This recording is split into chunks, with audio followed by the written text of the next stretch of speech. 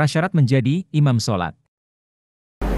Baik ya akhul Islam, sekarang kita akan membahas imam dan hukum-hukum imam.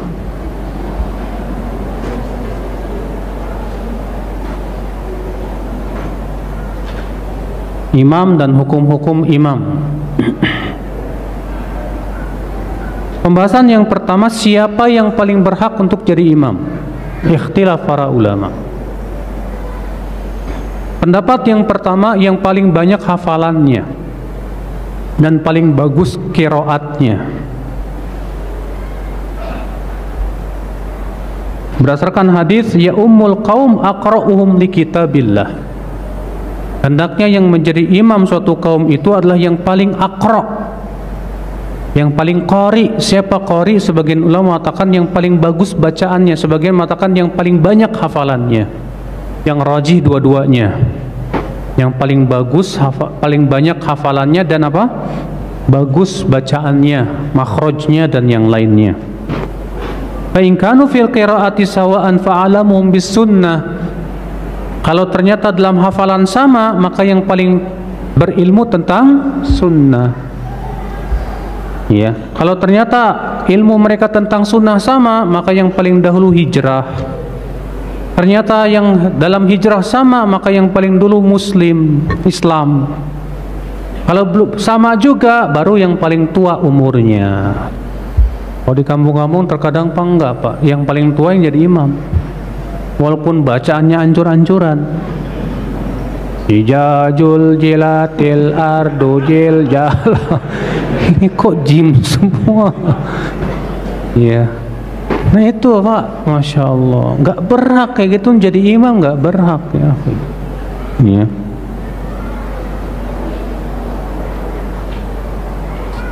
Pendapat yang kedua, pendapat yang pertama ini ikhwatul Islam azanillah wa iyyakum, mazhab Abu Hanifah dan Imam Ahmad. Pendapat yang kedua yaitu yang paling faqih. Ini mazhab Imam Malik dan Imam Syafi'i.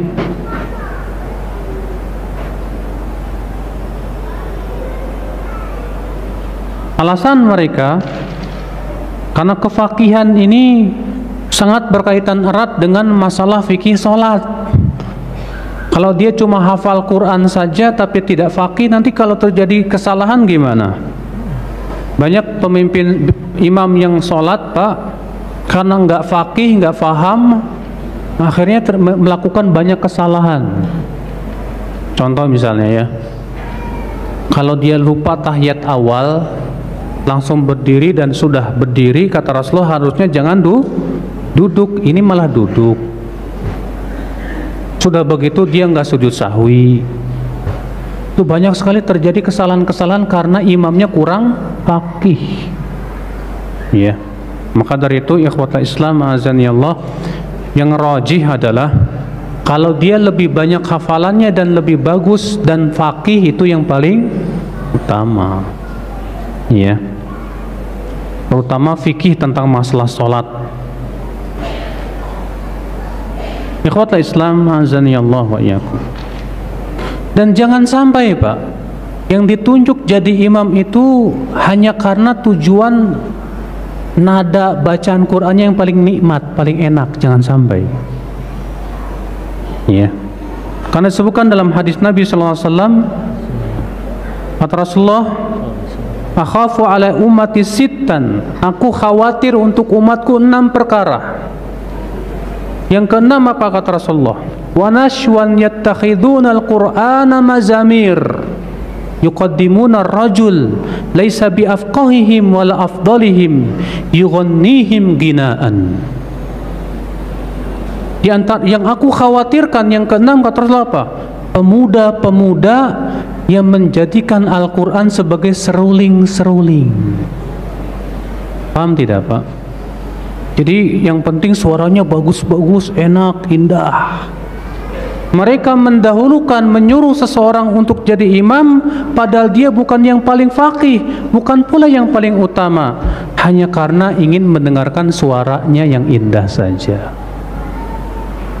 Ini banyak kan di zaman sekarang Pak? Banget Pak. hanya karena Masya Allah di YouTube ada orang, wah suaranya indah banget, ya silakan jadi imam. Tujuannya hanya sebatas ingin mendengarkan keindahannya saja. Padahal kata Rasulullah, itu yang aku khawatirkan. Aku mengkhawatirkan para pemuda yang menjadikan Al-Quran sebagai apa? Seruling. Artinya hanya fokus kepada suara aja, keindahan suara aja. Padahal Al-Quran turun itu sebagai apa? Peringatan, ya mas ya? Ya enggak? Hah? Apa tadi saya ngomong? Hah? Jangan tidur pak. Ini ada air nih. Mau saya kasih apa mau saya guyurin?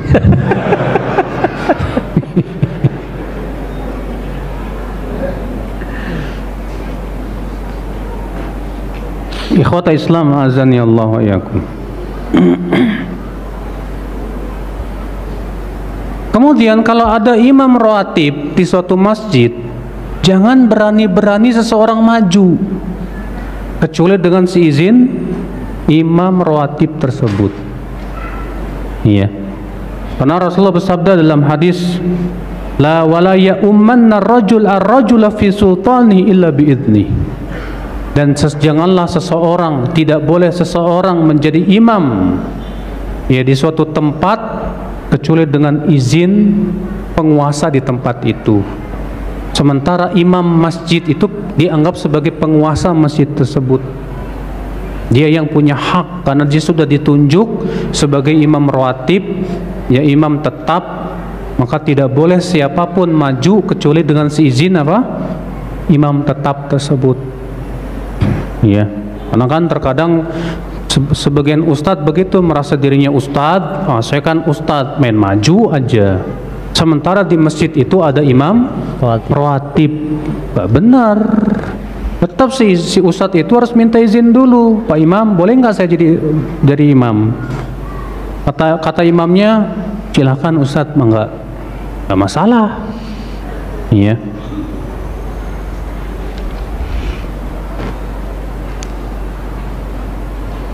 Ikhwatul Islam azani Allah wa iyyakum. Kemudian akhi, hendaknya yang menjadi imam itu orang yang tidak fasik.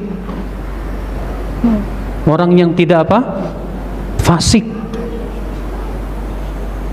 Fasik itu apa sih? Fasik itu artinya pelaku dosa besar. Dosa besar atau pelaku bid'ah. Itu fasik juga. Namun para ulama mengatakan bahwa sholat di belakang orang fasik itu sah. Sholat di belakang orang fasik itu apa? Sah. Karena Rasulullah mengabarkan akan ada pemimpin-pemimpin yang apa? Mengakhirkan sholat dari waktunya. Kemudian Rasulullah ditanya, apa yang harus kami lakukan ya Rasulullah menghadapi pemimpin yang mengakhirkan sholat dari waktunya? Kata Rasulullah, kamu sholatlah di rumah kamu, kemudian sholatlah bersama mereka. Sementara mengakhirkan waktu sampai keluar waktunya termasuk kefasikan. Ya akal Islam azani Allah wa iyyakum. Ya. Namun kata para ulama, sholat di belakang orang fasik itu makruh.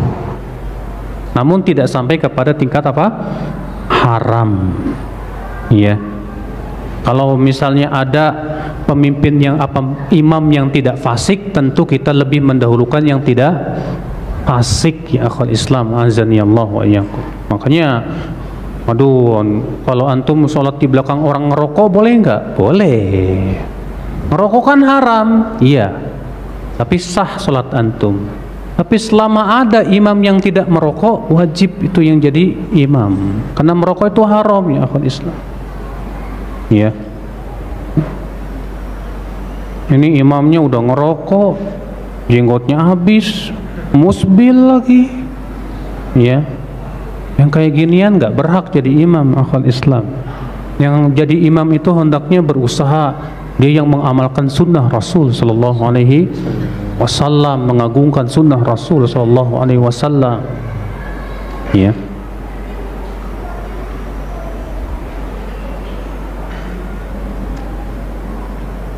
Kemudian ya akhul Islam, ada sebuah hadis Rasulullah SAW bersabda, "Salasatun la tujawizu salatum adhanahum."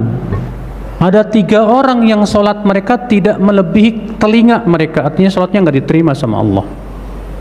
Siapa itu? Yang pertama, al-abdul abiq hatta yarji, hamba sahaya yang lari dari tuannya sampai pulang lagi.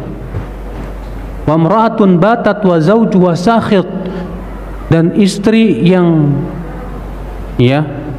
melalui waktu malamnya dalam keadaan suaminya marah kepada istrinya, maka selama marah salatnya belum diterima oleh Allah.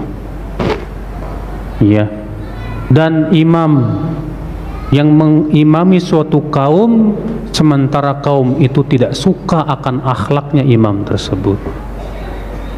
Jadi kalau si kaum tersebut nggak suka imamnya karena akhlaknya yang buruk, yang jelek, maka makruh sih jadi imam di situ. Nggak boleh untuk menjadi imam di tempat itu. Hadis itu hasan dari At-Tirmidzi. Sekarang bagaimana posisi imam dan makmum? Posisi apa? Imam dan makmum.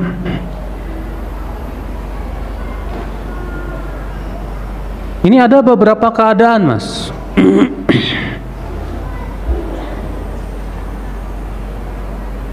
Yang pertama, makmumnya 1 orang.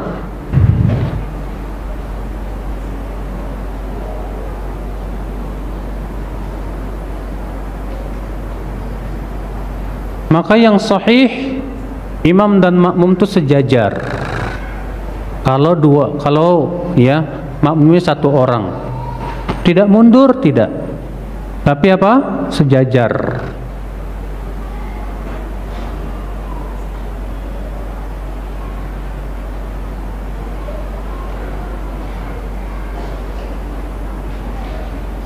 Ini berdasarkan perbuatan Ibnu Abbas, di mana Ibnu Abbas radhiyallahu anhu warḍah pernah suatu malam beliau menginap di rumah bibinya yang merupakan istri Rasulullah SAW. Lalu kemudian ketika Rasulullah SAW sholat tahajud, Ibnu Abbas pun langsung berdiri di sebelah kiri Rasulullah. Kemudian oleh Rasulullah SAW diputar ke sebelah kanan, sejajar.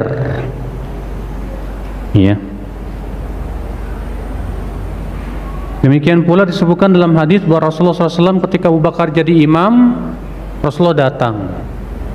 Lalu kemudian Rasulullah duduk di sebelah kiri Abu Bakar secara sejajar. Maka Abu Bakar mengikuti Rasulullah dan orang-orang mengikuti Abu Bakar radhiyallahu anhu arba. Kalau lebih dari 2, maka dengan kesepakatan seluruh ulama, imam berada di depan.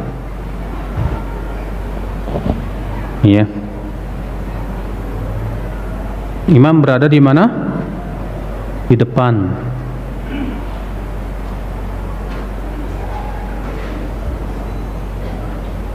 Anas berkata, aku pernah sholat bersama anak yatim di rumahku, di belakang Nabi SAW, dan ibuku di belakang kami sendirian. Diriwayatkan oleh Imam Bukhari dan Muslim.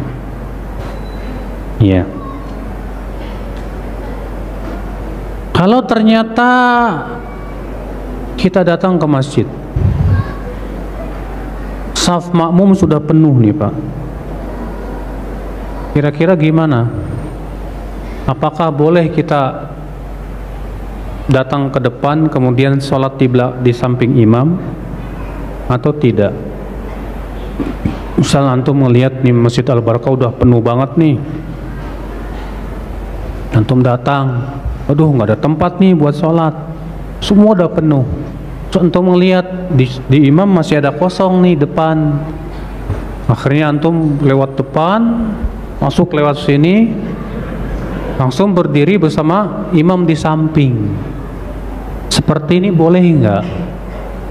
Sebagian ulama mengatakan boleh, berdasarkan hadis bahwa Rasulullah SAW ya menyuruh Abu Bakar untuk jadi imam.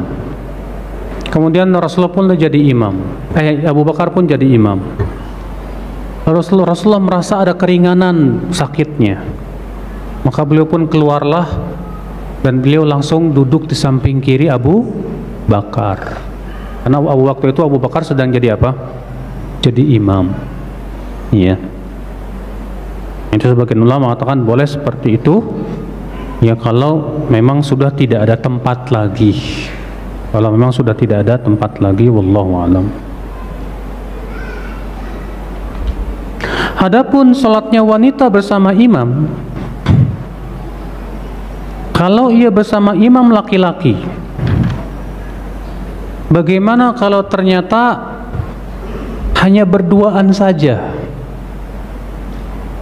Ya, terkadang Pak di mana? Di kantor musholanya sempit begitu kan. Ternyata di situ ada laki-laki sendiri, kemudian ada perempuan sendiri. Akhirnya imam laki-laki, perempuan sendiri.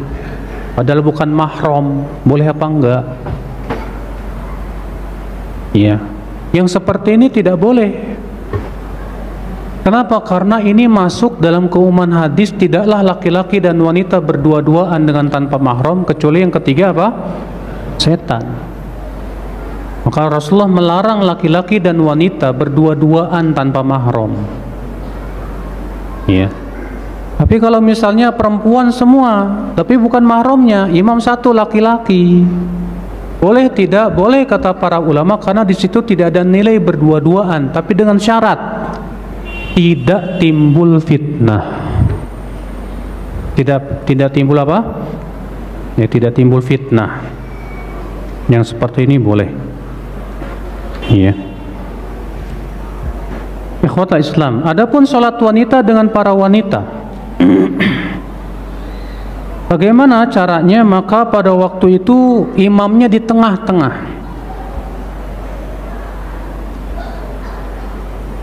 Disebutkan dalam hadis Rabtah Al-Hanafiyah bahwa Aisyah radhiyallahu anha pernah jadi imam di kalangan wanita. Maka beliau pun kemudian berdiri di tengah-tengah. Iya. Ini diriwayatkan oleh Imam Abdul Razzaq Ad-Daraqutni dan ini sahih.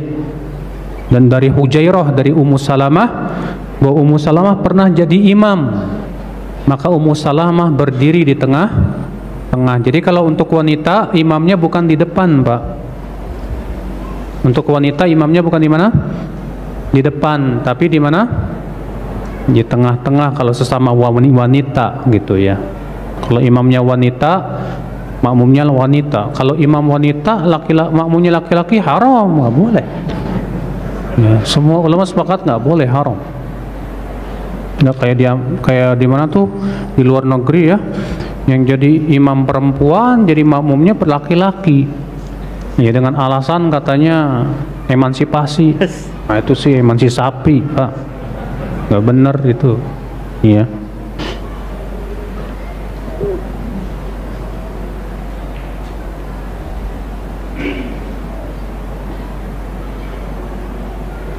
Kemudian pembahasan kita ya akhir Islam tentang masalah yang berhubungan dengan saf.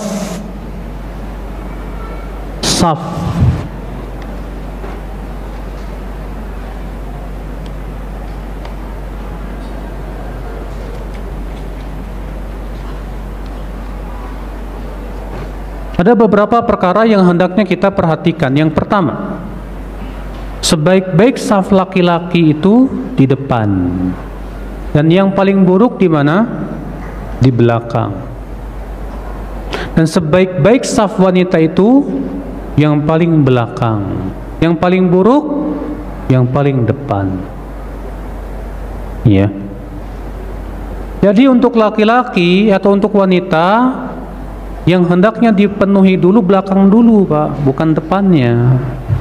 Karena saf yang terbaik wanita itu apa? Paling belakang. Ya, itu saf wanita yang terbaik, paling belakang. Kenapa?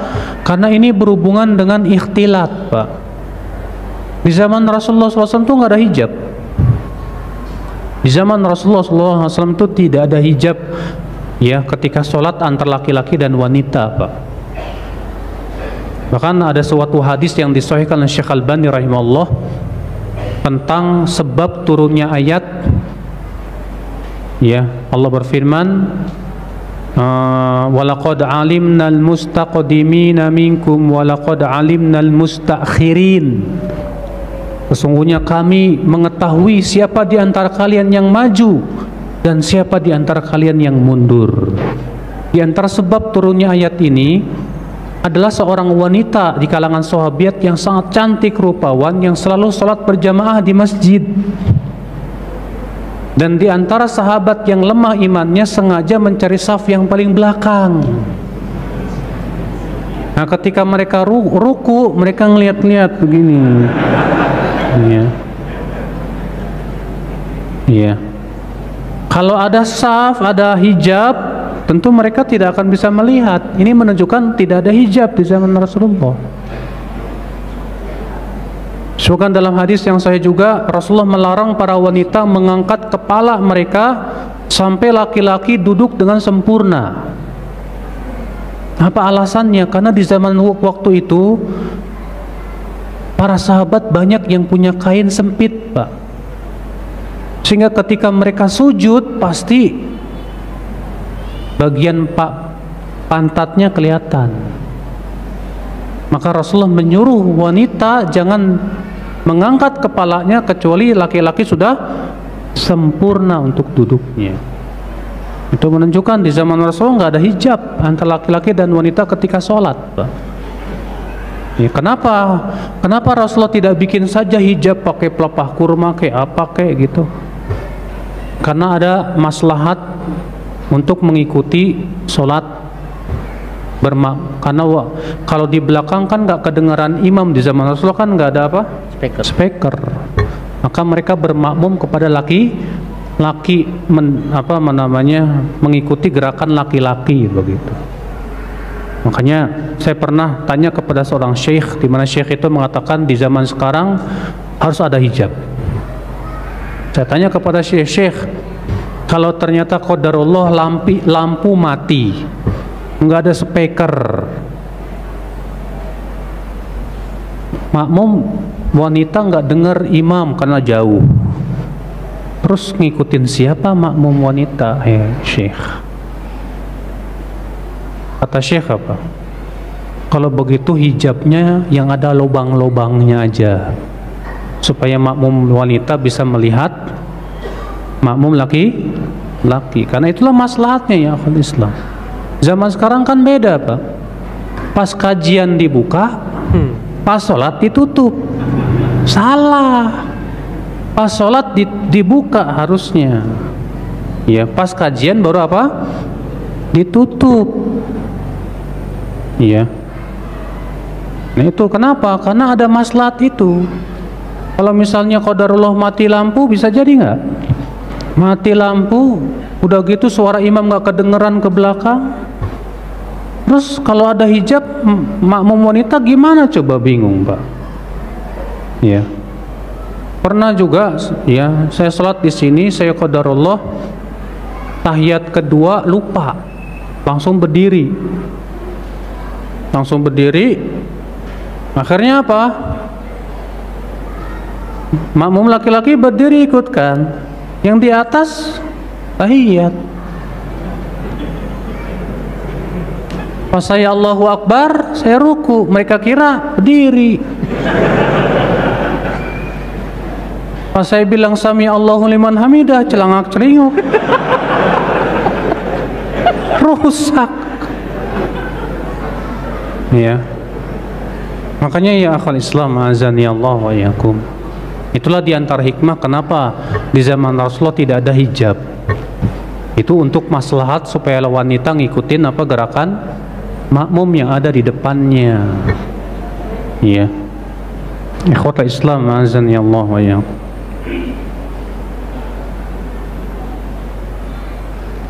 Makanya Nabi SAW menganjurkan supaya wanita saf yang paling utama apa?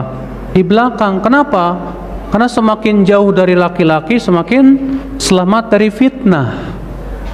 Ini menunjukkan bahwa kita ini Pak, semakin menjauh dari fitnah wanita itu lebih bagus Pak. Iya, itu lebih bagus. Kemudian ya akhwal Islam, hendaknya yang berada di saf pertama yang dekat imam itu orang-orang yang balik dan berakal dan punya hafalan. Ya. Sebagaimana disebutkan dalam hadis yang diriwayatkan oleh Imam Muslim, Abu Daud dan Tirmidzi, Rasulullah SAW bersabda, "Liyalini minkum ulul ahlami wan nuha, thumma alladhina yalunahum, thumma alladhina yalunahum, wa iyyakum wa haisyatil aswaq." Hendaklah yang berada di belakangku, kata Rasulullah, ulul ahlami wan nuha. Ulul ahlam artinya ya orang-orang yang berakal. An-nuha artinya balik. Ya. Berarti orang yang sudah balik dan berakal, dan dianjurkan yang berilmu, yang punya hafalan. Pernah suatu ketika orang sahabat Nabi yang bernama Abu Barzah atau Abu Bakar, saya lupa, beliau berada di saf yang kedua. Ternyata di depan saf yang pertama itu di belakang imam langsung seorang pemuda. Yang Abu Barzah tahu nih pemuda ini nggak hafal apa-apa. Akhirnya dipegang tangannya, ditarik ke belakang, Abu Barzah masuk ke depan. Dia di belakang. Kata pemuda ini, selama aku sholat aku nggak khusyuk karena kesel. Ini orang tua siapa sih, kurang ajar. Setelah selesai sholat, kata pemuda itu, aku melihat, maka dia pun menghadap kepadaku. Ternyata dia seorang sahabat. Lalu kemudian dia berkata kepada pemuda itu, "Hai pemuda, kamu jangan marah kepadaku, karena Rasulullah sudah mengambil dari kami para orang-orang yang berilmu supaya kami berada di belakang imam." Sampai begitu sahabat dulu itu. Dan ini sering terjadi Pak. Ya, terkadang yang di belakang imam nggak ada yang hafal. Yang hafal-hafal di belakang-belakang. Pas imam salah, yang di belakang juga nggak hafal, diem aja kan. Akhirnya yang di belakang mana kedengeran. Aneh ya. Seharusnya yang banyak hafalannya di belakang imam persis sudah. Ini enggak, yang banyak hafalannya malah rata-rata terlambat sholatnya Pak. Ini gimana coba? Semakin banyak hafalan semakin terlambat sholat, gimana sih? Kata Rasulullah SAW, seseorang senantiasa akan diakhirkan, seseorang senantiasa terakhir dan terlambat dari sholat berjamaah sampai Allah akhirkan masuk surga walaupun ia penduduk surga. Orang yang selalu terlambat sholat berjamaah itu Pak, masuk surganya di akhir lagi ya sama Allah, masbuk lagi di surganya, masbuk.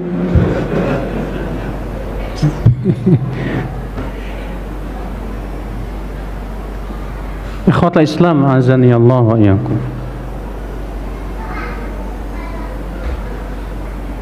Ubay, sahabat tadi, sahabatnya yang narik itu Ubay bin Ka'ab, maaf. Ya, Ubay bin Ka'ab. Hadisnya diriwayatkan Imam Nasai dan Imam Ahmad. Kemudian ya akhwal Islam, untuk laki-laki hendaknya yang dipenuhi itu saf pertama, yang di belakang imam dulu. Kata Rasulullah, atimmus saffal awwal thumma alladhi yalih. Sempurnakan dulu saf yang pertama, kemudian setelahnya. Ya.